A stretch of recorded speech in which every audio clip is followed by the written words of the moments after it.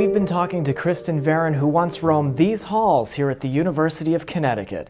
Kristen owes over $136,000 in student loans. And when we first met Kristen at her in-law style apartment, she had just moved in. It turns out moving is nothing new for Kristen. Since graduating college in 2009, she's moved multiple times to try to save money. For the past 2 years, I've kind of bumped around every 6 months or so, and I think that paid a real toll on me. I'm just so glad to be finally settled and in a place where I don't see myself, leaving for a little while. You feel like you can unpack your bags and have some roots, which I think is a good thing. But as Kristen settles into her new apartment, this is her first time living alone.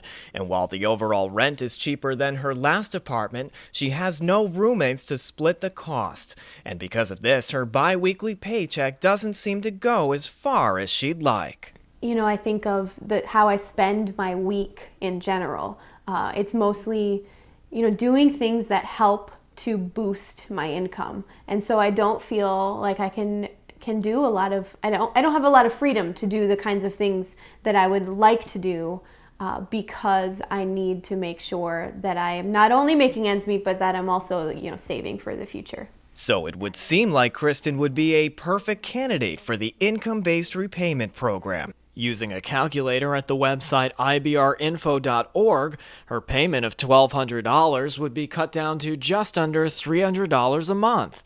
And since she's a teacher under the Public Service Loan Forgiveness Program, her debt burden would be forgiven after 10 years of municipal work. I can't imagine. I think there'd be a lot of freedom in that. But there's just one problem. To pay for her undergraduate years at UConn, Kristen mostly took out private student loans, since she and her family didn't qualify for nearly enough federal aid. Just a small fraction of her debt burden is considered federal, and because of this, Kristen cannot benefit from income-based repayment. The IBR program only applies to federal student loans, and this has left Kristen stuck dishing out $1,200 a month for the next 20 years. I work so hard. I work 40 plus hours a week trying to make ends meet, and you feel like there's no payoff for that you're still in bondage to your bills. And being bound to your bills is something that Professor Cadden says is a real concern for America's financial stability. Basically, people are trapped for the rest of their life, that they have no additional capital to be able to invest in homes.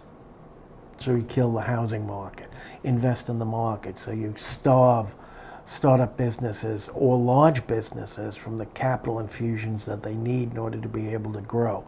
So you might be condemning the United States to not just 3 or 4 years of slow growth, but decades of slow growth.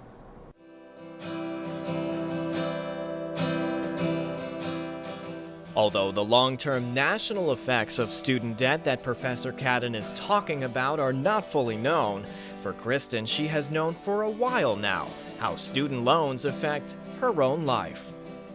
Fundamentally, I'm very restricted in the things that I do because I'm on such a strict budget. I have to really stay in where I'm at, and that can be sad sometimes, when you feel like you're missing out on life.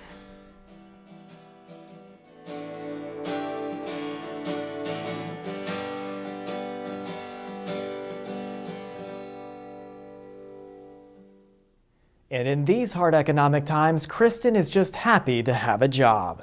But her story doesn't end here. For Kristen to keep her job, she's required to get a master's degree, and this will inevitably add more to her mountain of student debt. What's your story? Log on to our website, lifewithloans.com, and be a part of the conversation. You can also find us on social media, at LifeWithLoans on Twitter and Facebook.com/LifeWithLoans. I'm Steve Saunders. Thanks for watching.